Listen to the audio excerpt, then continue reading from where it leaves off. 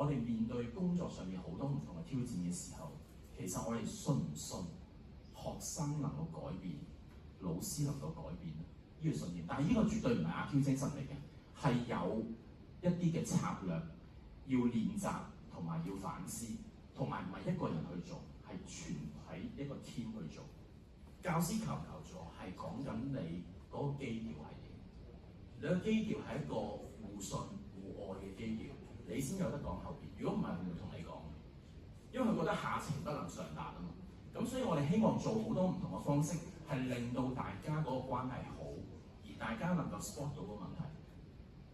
咁壓力來源頭先講咗好多啦，其中個人及家庭，跟住就工作量、工作滿足感、人際關係。咁我逐個講下一啲故事啦。先講個人啦，有同事見到有個同事唔係好妥，咁跟住佢就話邀請個同事不如我嚟同校長傾下咁樣。好彩傾咗，因為傾咗之後，跟住接受咗啲治療底下咧，好快就好翻。如果唔係都幾論盡。後來我發現呢個同事點解佢會咁容易有情緒咧？佢好怕面對轉變，即係一面對轉變，佢就會好容易冧檔。咁但係經過幾年，我覺得佢慢慢調整咧嚇。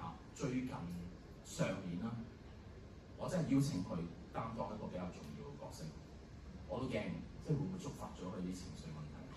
但我見咗今年佢又慢慢就 pick up 到嗰樣嘢。我諗佢學識咗一樣嘢就係、第一，佢個自我調節；第二，佢知道當佢有困難嘅時候有人幫，未必係校長嘅，可能係身邊嘅同事。頭先講即係嗰個下情上達嗰個，我同意嘅蘇校長，即係佢哋有多時係會提議好多嘢嘅，未必直接去校長度。咁我都有個原則嘅，就係、如果做到嘅，即時做到啦，盡快做咗俾佢哋。係啦，即係譬如佢疫情原來好緊張，即係年尾嗰個 annual lunch 係啦，annual lunch buffet。咁跟住然之後，即刻搞俾你，即係疫情 OK 嘅時候，咁即係有啲可以即時搞嘅搞到，就盡量搞俾佢哋。有啲係需要啲時間嘅，話俾佢聽個時間表。有啲如果做唔到嘅，就話俾佢聽，其實真係唔得喎。即係真係㗎，有同事寫話，可唔可以唔搬貨咁樣？咁你去同佢講，可以搬少啲，我係真係搬少咗嘅。我哋由2次變咗1次嘅，但係我哋嗰1次就要深度嘅，就係、真係要共備磨貨。即係同齊搬貨，咁你做精嗰樣嘢去，咁即係你話俾佢聽，喂，我哋嘅專業嚟嘅喎，我唔搬貨，咁就等於某啲嘢你冇基準咁樣唔得噶嘛。咁但係你要可能知道一樣嘢就係、佢哋可能覺得個頻次太多，咁我哋咪做精一件事。咁所以我覺得如果佢下情上達嘅時候，就係、用頭先嗰幾種模式係。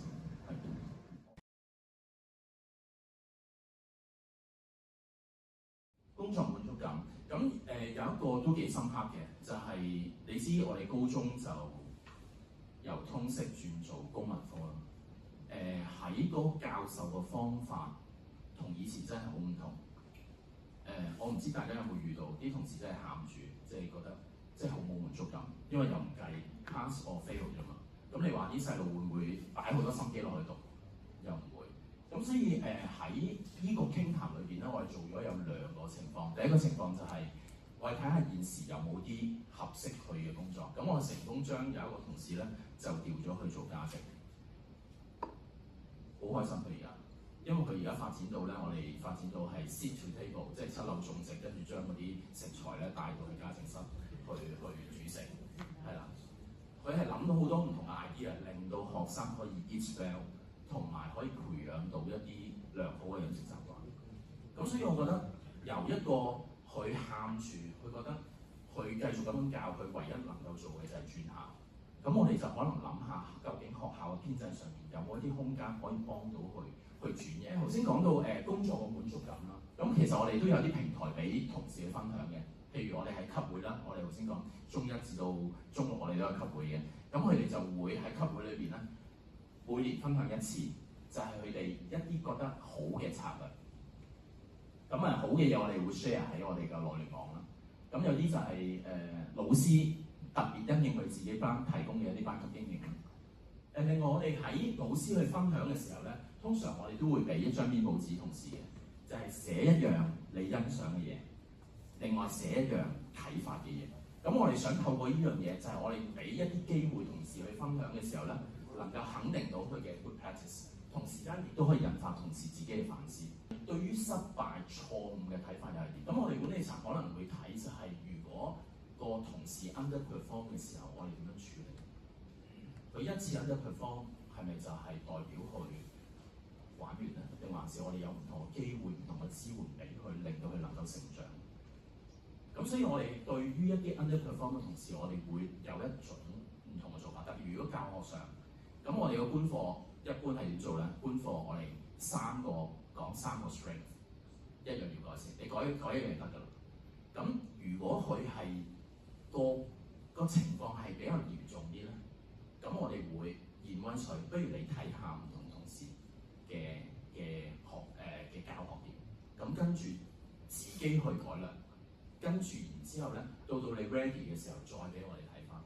咁當然啦，你亦都可以提供一樣如果你可以再做好啲嘅話，你就更加錦上添花。